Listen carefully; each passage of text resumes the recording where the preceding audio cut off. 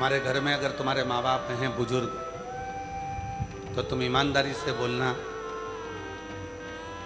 बच्चे दीपावली पर कपड़े की जिद करते हैं, पत्नी करवा चौथ पर वस्त्र और आभूषण की जिद करती है, मायके जाने की जिद करती है, कुछ लाने की जिद करती है। पर घर में अगर कोई बुढ़ा, कोई बूढ़ा बुजुर्ग माँ बाप है, वो कभी अपने बच्चों से नहीं कहते कि मुझे दिवाली पर साड़ी दिला या दीपावली पर कपड़े दिला। उन्हें आस ही नहीं, उनको नहीं चाहिए। वो तो कहते हैं कि मेरे बच्चे, मेरे पोता पोती फले फूलें, मेरे पोता पोती अच्छे से रहें, खुश रहें, सुखी रहें, उनके पास में सब रहे। हमारे पास तो अलमारी भरी पड़ी हुई है, हम तो पहन लें। हमारे पास में तो बहुत वस्त्र हैं, हम पहन लें। आप ये मत सोचना कि शंकर भगवान को तुम्हारे एक लोटे जल की जरूरत है। शिव का नाम आशुतोष है। कोई आशा मेरा शिव आपसे नहीं रखता, कोई आशा। आप ये कभी मत सोचो कि आपका एक लोटा जल शंकर भगवान को चाहिए।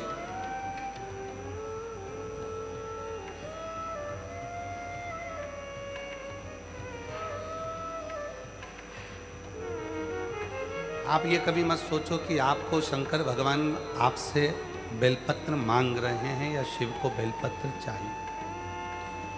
नहीं चाहिए।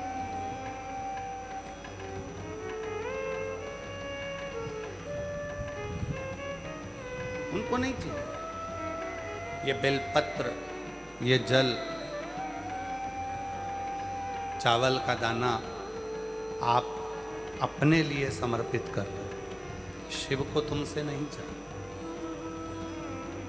वो आशुतोष है, मौन है, शांत है, प्रसन्न है, और इतना प्रसन्न है वो, इतना प्रसन्न है कि एक बार माता पार्वती जी तुमरुका जी से पूछी थी कि तुमरुका जी, शिव जी को अगर बहुत जल्दी प्रसन्न करना हो तो शिव कैसे प्रसन्न हो सकते हैं, कैसे प्रसन्न हो सकते हैं?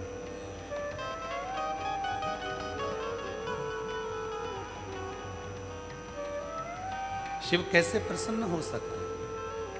ये माता पार्वती जी ने तुमरुका जी से पूछा था।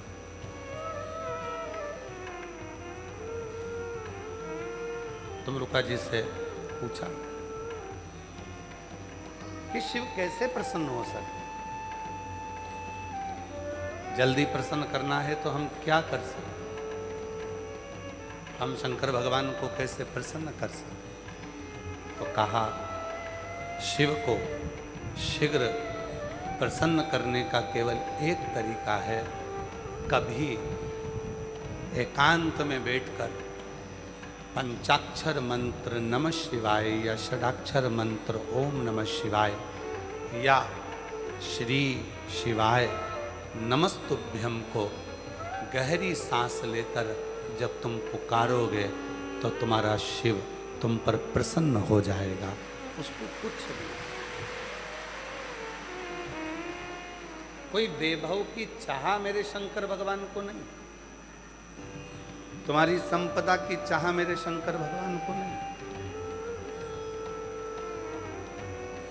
तुम्हारे धन की चाह मेरे शंकर भगवान को नहीं, तुम्हारे एक लोटा जल या बेलपत्र या चावल के दाने की चाह मेरे शंकर भगवान को नहीं। मेरे शिव को तो केवल अपने भक्तों से स्नेह है, प्रेम है, प्यार है। और जो जैसी भावना लाया वो वैसा ही फल पाया, नहीं खाई उसे लौटाया, वो मन ही मन और कर दिया माँ वाले, लुटा दिया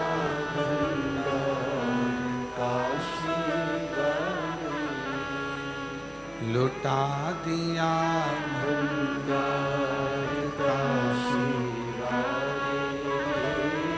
कर दिया माला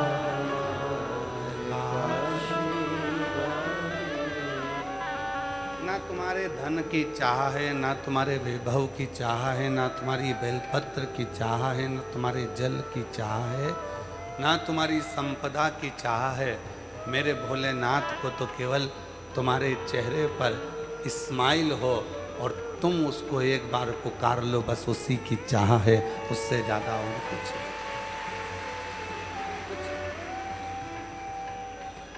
बच्चा क्या करता है?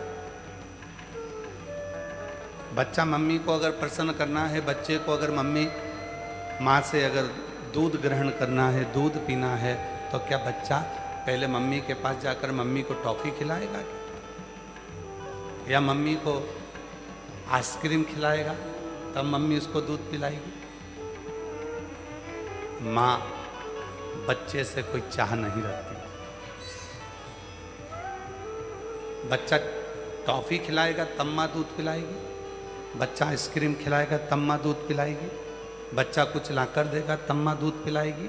नहीं, बच्चे से माँ को कोई चाह नहीं, वो तो बस देखती है। बच्चा रोया, उसने पुकारा, हाथ ऊपर कर कर जैसे ही बच्चा पुकारना प्रारंभ करा, माँ माँ माँ, बस माँ ने उसको गोदी में लिया और दूध पिलाना प्रारंभ कर दिया। उसी तरह बच्चा जब कहता है पापा बाबा बाबा बाबा, बस उसने पुकारना प्रारंभ करा और पिता ने, बाबा ने उसको गोदी में लिया। उसी तरह तुमसे शिव को कुछ नहीं चाहिए। तुम जल चढ़ाओ तो ठीक है, बेलपत्र चढ़ाओ तो ठीक है, चावल चढ़ाओ तो ठीक है, फूल चढ़ाओ तो ठीक है, वरना केवल शिव को उसको पुकारना प्रारंभ कर दो तो भी वो गोदी में ले लेता है और आपका भरण पोषण कर, उसको नहीं चाहिए।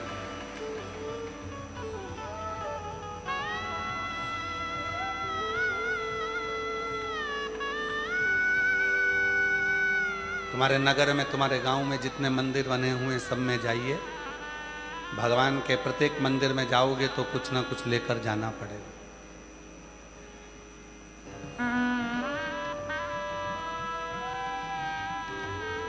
प्रत्येक मंदिर में जाकर देखिए, जाओगे कुछ लेकर जाना।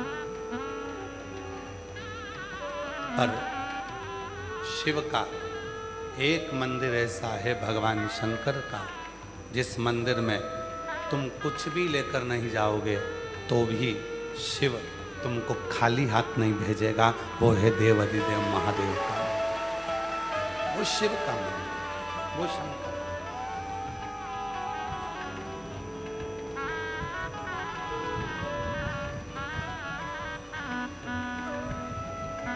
वो खाली भेजता ही नहीं है, तुम लाए तो भी, ना लाए तो भी, बस उसको भजो। ये लाइट लगी है ना, इसका एक खटका है। ये पंखे लगे हैं ना, इसका भी एक खटका है। दोनों का खटका अपन एक साथ बंद करते हैं।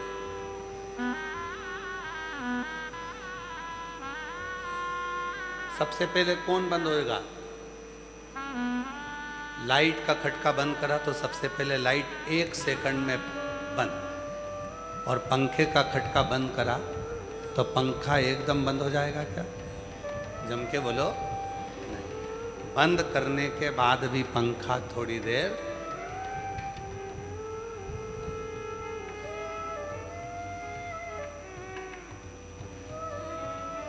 बंद करने के बाद पंखा थोड़ी देर घूमे, फिर बंद होगा। जैसे लाइट का खटका बंद करा, पंखे का खटका बंद करा तो लाइट एकदम बंद हो जाती है, पंखा थोड़ी धीरे धीरे बंद होता है। उसी तरह दो तरह के शिव जी के भक्त होते हैं, एक लाइट की तरह, एक पंखे की तरह। लाइट की तरह जो भक्त होता है, एक बार कथा सुनने के बाद, शिव पुराण सुनने के बाद उसके अंदर इतना विश्वास हो जाता है कि फिर वो कहीं नहीं भटकता।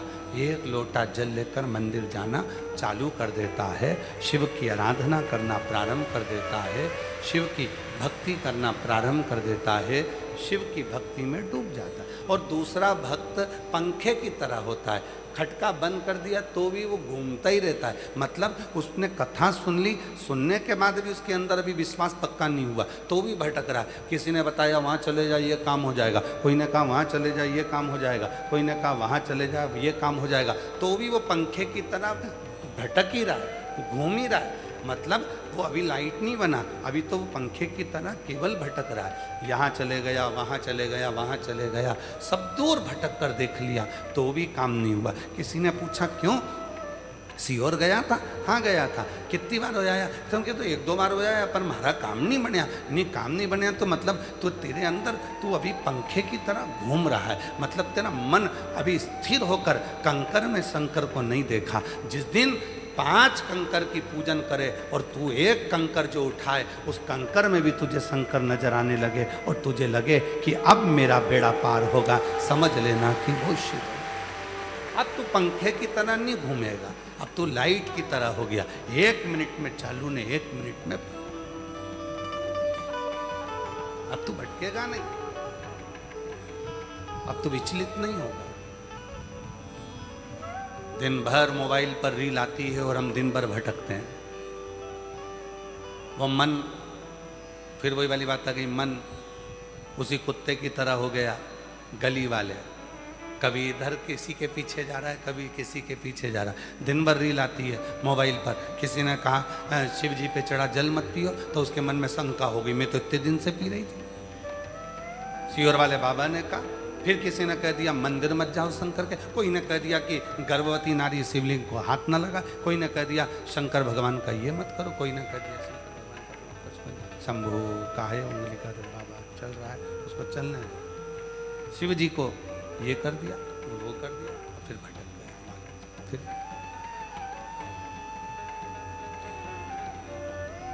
फिर भटका। और जो भटका वो मन विचलित हो गया, मोबाइल खोला, उसमें देखना चालू करा, उसमें देखा तो बस फिर मन में आ गया कि ये इधर ऐसा है, इधर ऐसा है, इधर ऐसा है, इधर ऐसा है, फिर हमारे निखिलेश जी एक लाइन गाते हैं ना, वो ये मन बड़ा चंचल है कैसे तुझे समझाऊं, जितना तुझे समझाऊं उतना ही मचलता। बड़ा चंचल है कैसे तेरा भजन करूं, ये मन बड़ा चंचल है कैसे तेरा भजन करूं, जितना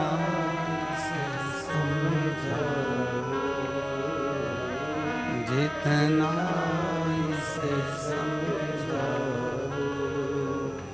उतना ही मचल जाए,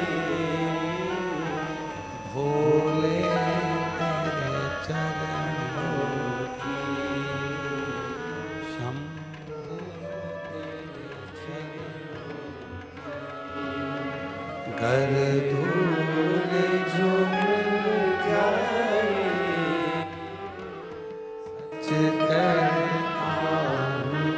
बाबा सच कहता हूँ बाबा, तकदीर बदल जाए, सच कहता हूँ बाबा, तकदीर बदल जाए, भोले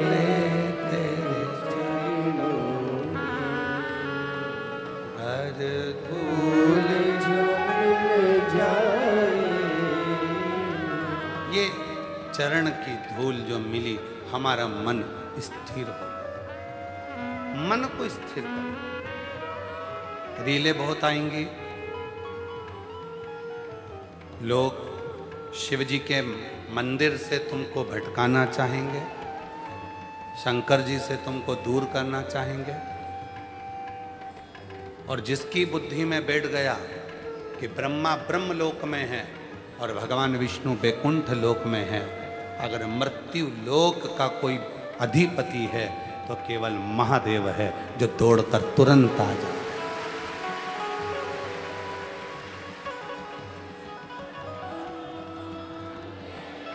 एक बहू ग्वालियर में रहती है, एक बहू छत्तीसगढ़ रायपुर में रहती है, और एक बहू तुम्हारे घर से केवल 15 किलोमीटर की दूरी पर रहती है। सबसे पहले कौन सी बहू आएगी? रायपुर वाली आ जाएगी क्या? नहीं। ग्वालियर वाली आ जाएगी क्या? नहीं। जो 15 किलोमीटर दूर है वो बहू दौड़ कर आ जाए पास में। और एक बहू तुम्हारे घर में भी रह रही है, वो 15 किलोमीटर वाली भी आएगी, उससे पहले वो घर वाली बहू तुरंत निकल कर बाहर आ जाएगी। मम्मा क्या हो गया? पापा क्या हो गया? तुरंत। अब ब्रह्मा ब्रह्म लोक में, भगवान विष्णु बैकुंठ लोक में, मृत्यु लोक में पृथ्वी पर अगर कोई है तो वो देव अधिदेव महादेव हैं, जो तुरंत दौड़ कर आ जाते हैं और तुम्हारा दुखड़ा मिटा देते हैं। तुरंत, एक क्षण की देरी नहीं करता वो अपने भक्त के लिए दौड़ करता।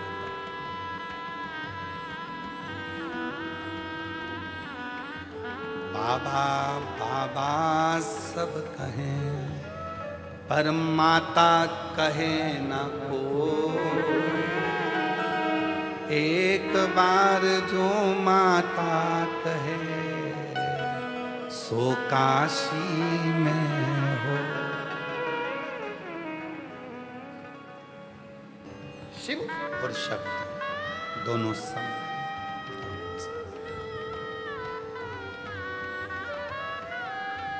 आपको मालूम है, भगवान विष्णु ने अपने सुदर्शन चक्र से भगवान शंकर भगवान की धर्म पत्नी माता सती के शरीर के टुकड़े करे थे।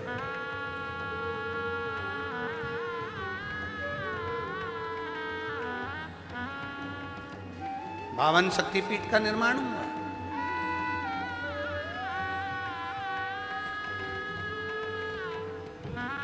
किसी ने पूछा देवाधिदेव महादेव से,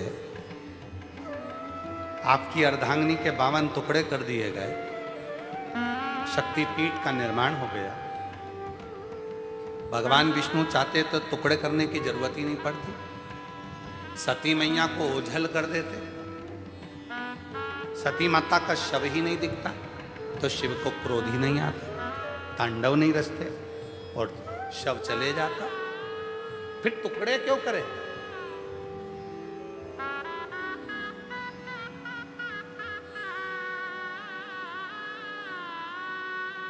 जैसे भगवान श्री राम जी महाराज ने अपनी पूरी लीला करी और अपने शरीर को त्यागा, तो वो शरीर राम जी का कभी मिला? जम के बोलो जरा। नहीं। भगवान कृष्ण ने पूरी लीला करी और भगवान ने अपना शरीर त्यागा, भगवान कृष्ण का वो शरीर मिला? जम के बोलो। नहीं। जितनी जितनी लीला हुई उस लीला में शरीर नहीं मिला। फिर सती माता के साथ उमा माता का शरीर नहीं मिला, कात्यायनी का शरीर नहीं मिला, कुष्मांडा का शरीर नहीं मिला, स्कंदा का शरीर नहीं मिला। फिर माता सती का ये शरीर, और जिसके 52 टुकड़े हुए और 52 शक्तिपीठ का निर्माण हुआ, तो ये क्यों हुआ? ये प्रश्न बड़ा भारी था। शिवजी से पूछा, भगवान नारायण चाहते तो इसको ओझल कर देते, गायब कर देते, फिर ये टुकड़े हुए इस शरीर के, और क्यों हुए, किस लिए हुए? क्यों, किस? तो कहा पूरी पृथ्वी पर ये 52 शक्तिपीठ जो निर्माण किए गए हैं, ये इसलिए करे गए हैं, जब संसार का मनुष्य हर तरह से हारेगा, किसी भी एक शक्तिपीठ पर जाकर जब भगवान शिव को याद करेगा तो शिव और शक्ति उसके ऊपर कृपा बरसाना प्रारंभ कर, करुणा करना। 52 शक्तिपीठ में से एक शक्तिपीठ पर भी साल में अगर एक बार भी आप जाते हैं और वहां पर भगवान शंकर के मंत्र का उच्चारण करते हैं, नमः शिवाय, ओम नमः शिवाय, श्री शिवाय नमस्तुभ्यम, भगवान शिव के नाम का उच्चारण करते हो, तो वहाँ पहुँचते से ही आपको वो बल मिलना प्रारंभ हो जाता है कि आप जिंदगी में कभी कहीं हारते नहीं। पर लोग करते क्या हैं, देवी का दर्शन करने जाते हैं तो वहाँ आवाज लगाते हैं, जय माता दी, जय माता दी, जय माता दी, जय माता दी।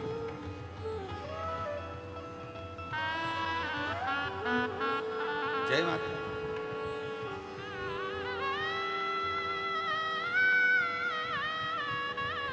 बहन घर में आई है राखी पर, रक्षाबंधन पर आपकी बहन आपके घर में आई है, 15 दिन से रुकी है। प्रैक्टिकल कर कर देखना एक बार, बहन से एकदम अचानक जाकर कह देना वो जीजा जी आए हैं, बहन के चेहरे पर प्रसन्नता आ जाएगी। ये तो कल आने वाले थे तो आज कैसे आ गए? मुख पर प्रसन्नता होगी, हंसी आएगी, प्रसन्न हो जाएगी।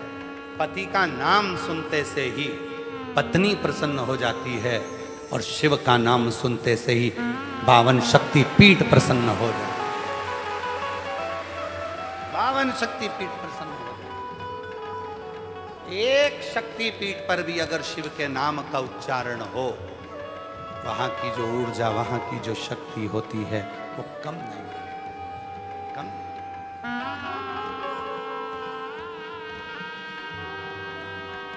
एक शक्ति। कल हम आशीष जी को और समीर जी को कह रहे थे कि मौका लगे, 12 ज्योतिर्लिंग तो कथा चल ही रही है। हर साल की एक बिटले सेवा समिति की एक ज्योतिर्लिंग में कथा होती है। पहले उज्जैनी हुई, ओमकारेश्वर महाकाल, ओमकारेश्वर हुई, काशी हुई, देवघर वैद्यनाथ जी हो गई। ऐसी कथाओं के क्रम 12 ज्योतिर्लिंग के तो साल में एक बार चलते ही हैं। हमने उनसे कहा कि कम से कम साल में एकाध कथा ऐसी होना चाहिए जो किसी शक्तिपीठ पर, जहाँ माँ सती का कोई अंग गिरा हो और वहाँ शिव की कथा हो, तो शिव और शक्ति बल देते हैं। और वो ऊर्जा जब कोई व्यक्ति लेकर जाता है, शिव और शक्ति दोनों का ही आशीर्वाद, दोनों उसके जीवन में एक सुख का अनुभव।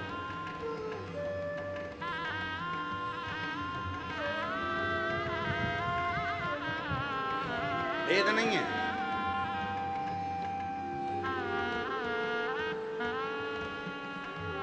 पंद्रह तारीख से गुप्त नवरात्रे प्रारंभ हो जाएंगे। भेद नहीं है। जब नवरात्रे प्रारंभ हो, गुप्त नवरात्रे प्रारंभ हो, गुप्त नवरात्रे का मतलब होता है कि गोपनीय रूप से शिव की और शक्ति की आराधना करो।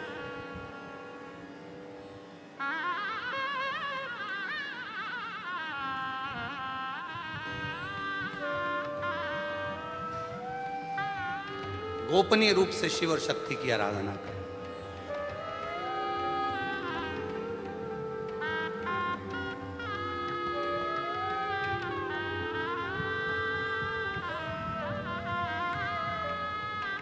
एकांत में बैठकर कहीं मत जाओ।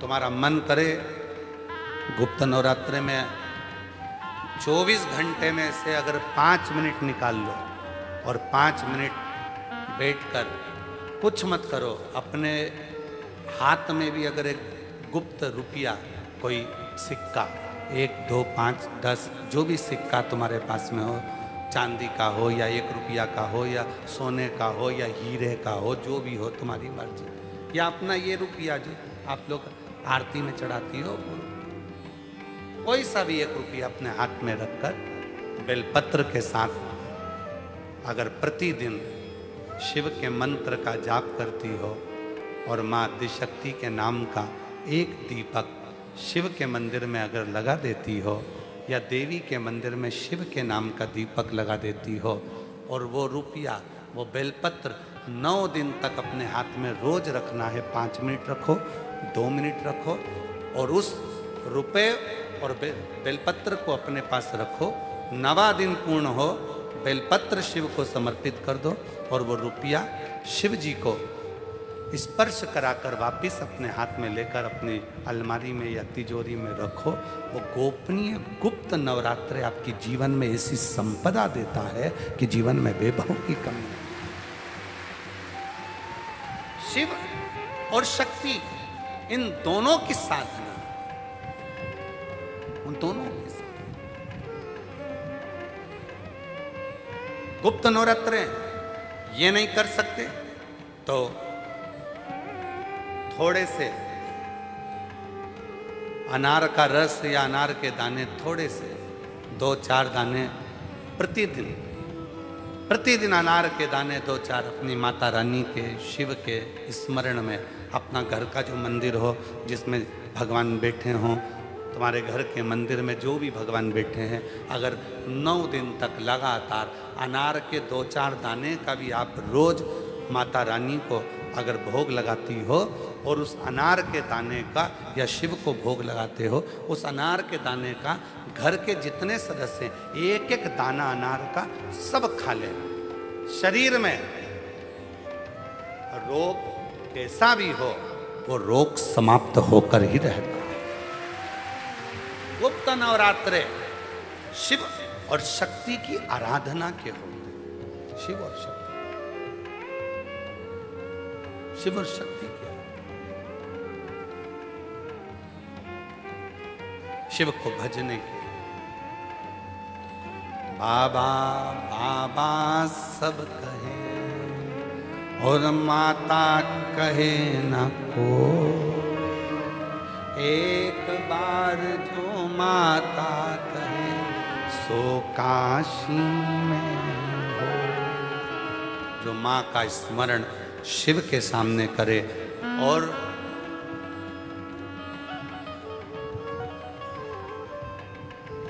शिव का स्मरण माता के सामने करे तो माता प्रसन्न हो जाती है।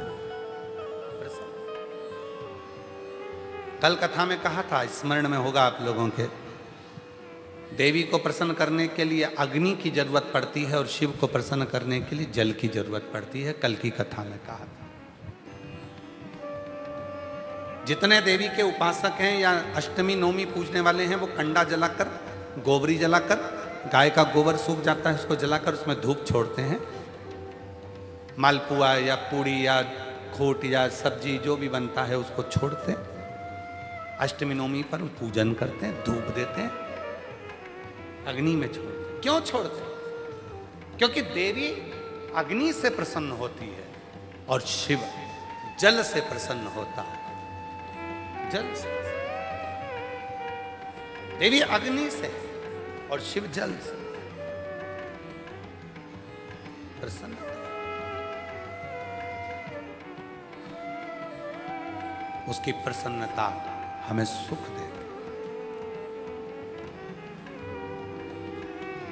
सुख। केवल 4 नवरात्रे होते हैं, 2 गुप्त होते हैं, एक चैत्र का होता है, एक शरदी होता है। केवल 4 नवरात्रे ऐसे होते हैं जिन नवरात्रे में शिव जी के मंदिर में अगर दीपक भी लगाया जाता है तो लंबी बत्ती का लगाया जाता है। बाकी के समय में शिव के मंदिर में गोल बत्ती का दीपक लगता है। क्यों? कहते हैं 64 योगनियां, आपको पहले भी कहा था, आज फिर अच्छे से समझ लीजिए।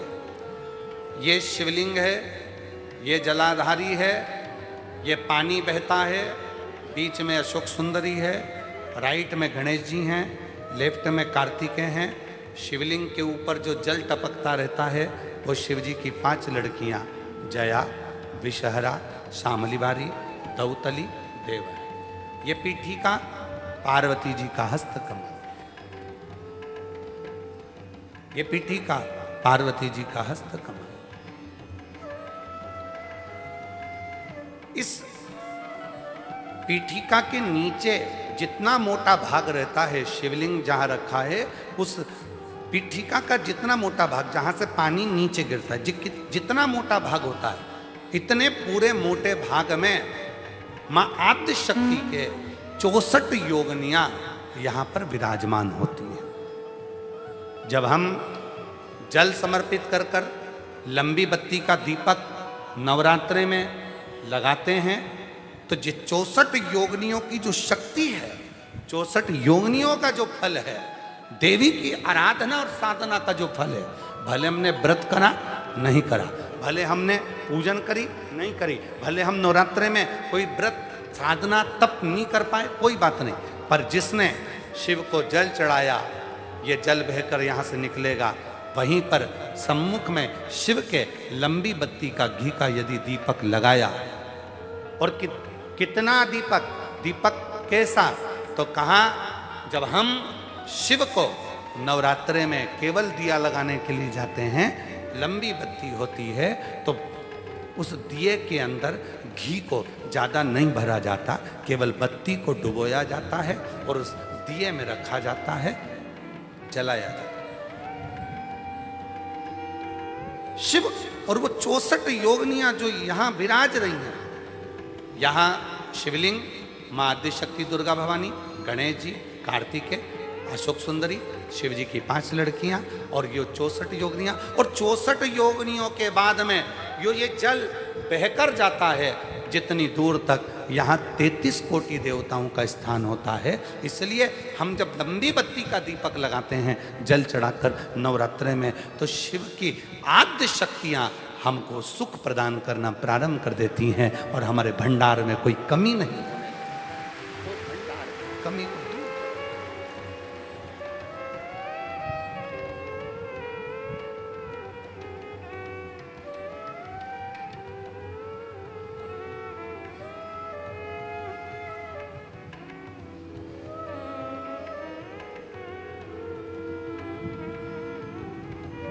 इसलिए कई लोगों ने तो गीत भी बनाया है, भजन भी बनाया है, वो कहते हैं ना, मैं तो लाई हूँ दाने अनार के, मेरी मैया के 9 दिन बाहर के, मैं तो लाई हूँ दाने अनार के, मेरी मैया के 9 दिन बाहर के। माँ आद्य शक्ति की आराधना साधना के साथ शिव की साधना हो तो वो बल देती, वो बल देती। और जब बल मिलता है तो हमें सुख का अनुभव होने। एक पत्र है, अच्छा,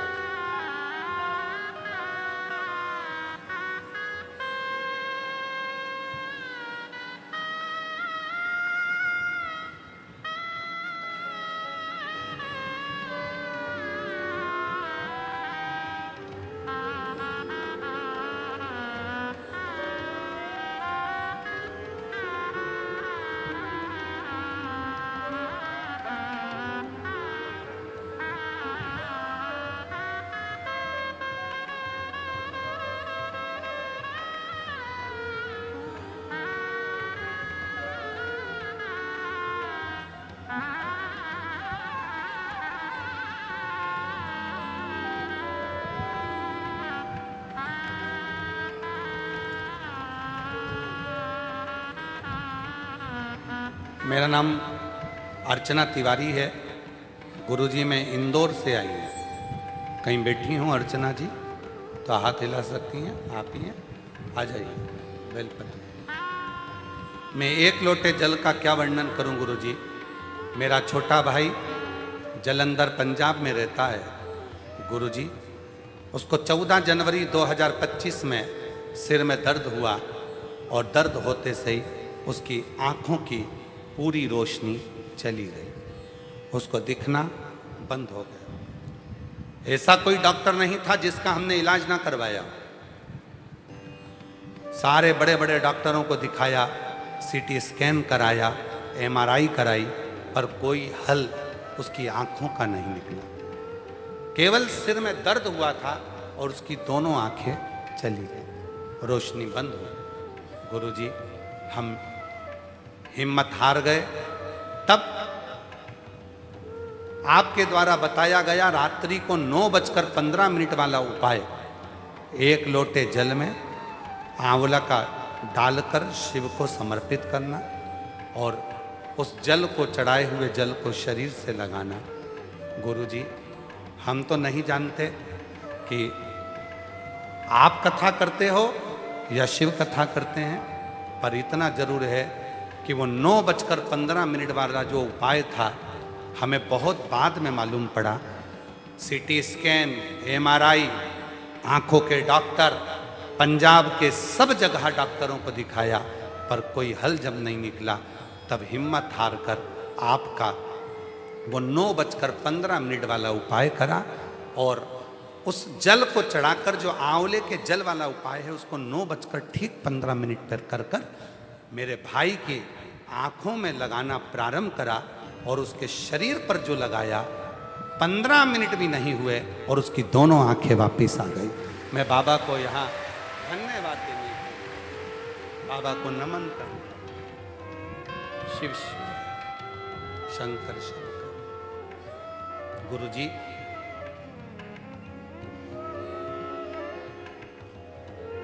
बाबा शिव सबकी सुनता है। एक पत्र और है, मेरा नाम नमन, मेरा नमन प्रणाम।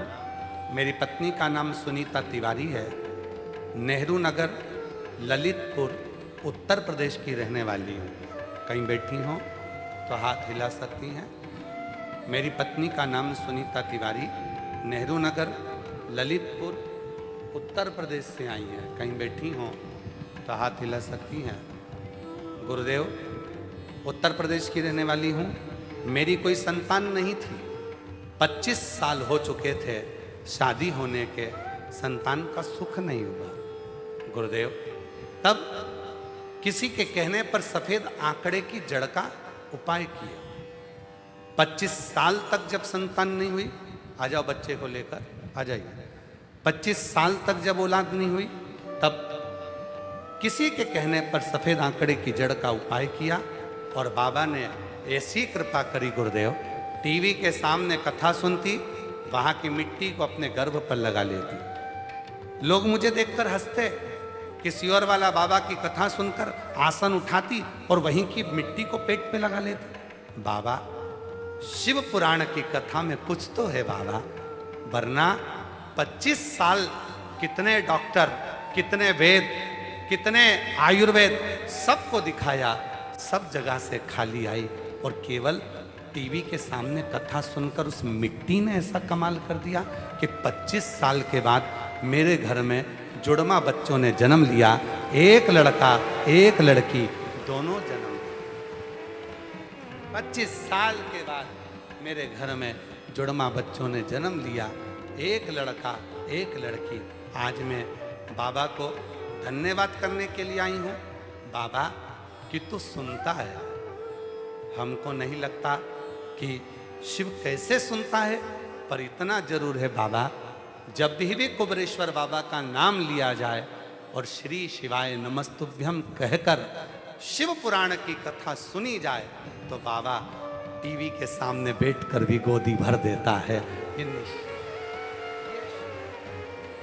मेरे पति का नाम मुकेश तिवारी है, मेरा नाम सुनीता तिवारी है। हम नेहरू नगर, ललितपुर, उत्तर प्रदेश से यहाँ आए हैं। शिव शिव है, शंकर शंकर।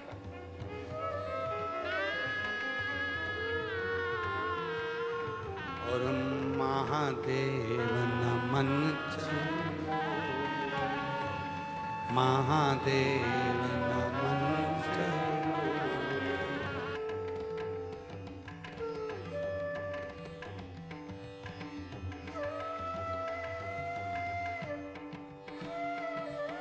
बोला करो, अच्छे से बोला करो, जिससे बाबा सबकी झोली भरे तो तुम्हारी भी भरे। महादेव नमन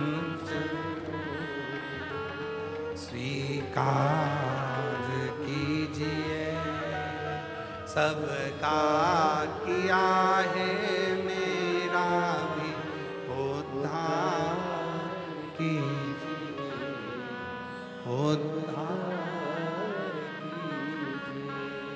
हे त्रिपुंडधारी, हे त्रिशूलधारी, हे त्रिपुंडधारी, हे त्रिशूलधारी। चरणों में तेरे बाबा जी पावन है चारों धाम। चरणों में तेरे पावन है चारों धाम। तेरी देव करते वंदना, पूजे सिखारा। तेरी देव करते वंदना, पूजे सिखारा। हो जाए पूरी कामना, हो जाए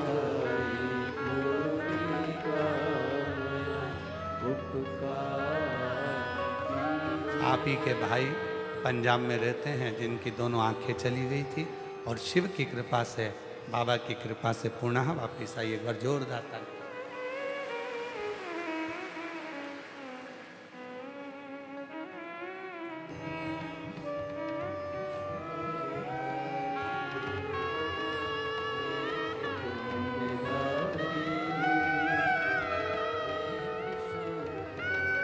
25 साल के बाद टीवी के सामने कथा सुनती, सब जगह से हार गई।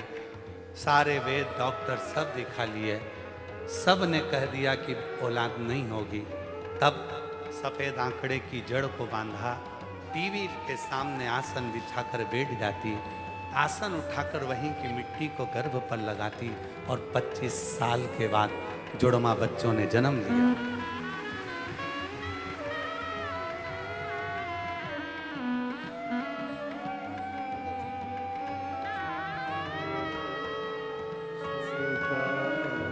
जोरदार ताली बजाइए।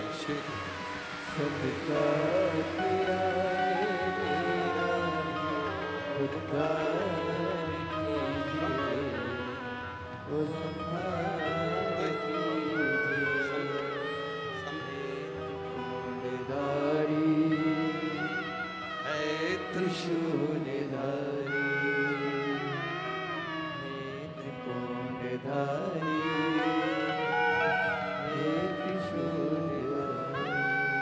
चरणों में तेरे बाबा जी पावन चारों धाम।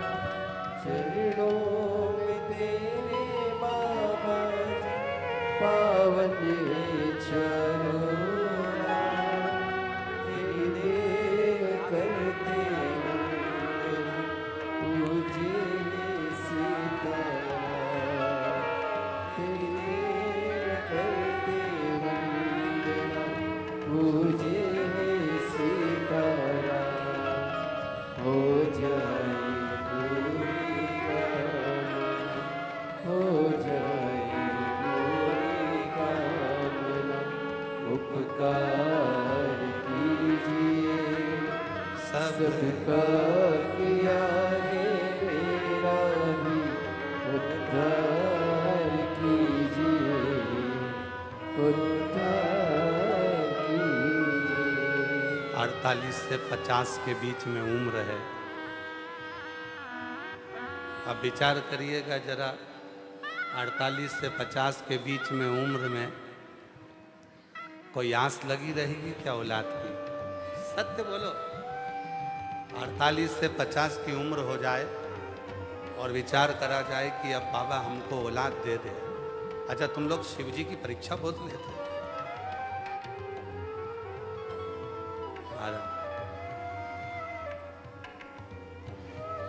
तुम तो बैठ जाते हो आसन लगा करके, हमारी गोदी भरो, और बाबा को भरना पड़ती है। हमने एक बात पहले भी कही, आज फिर कहते हैं, जितने लोग चाहे टीवी पर कथा सुने, चाहे मोबाइल पर सुने, चाहे पंडाल में बैठकर कथा सुने, आप सब जब जब कथा सुनते हो ना, तो भोलेनाथ जी को भी टेंशन हो जाता है, इतने सारे सुनेंगे तो इतने सारों को 3 महीने में देना पड़ेगा। ऐलान कर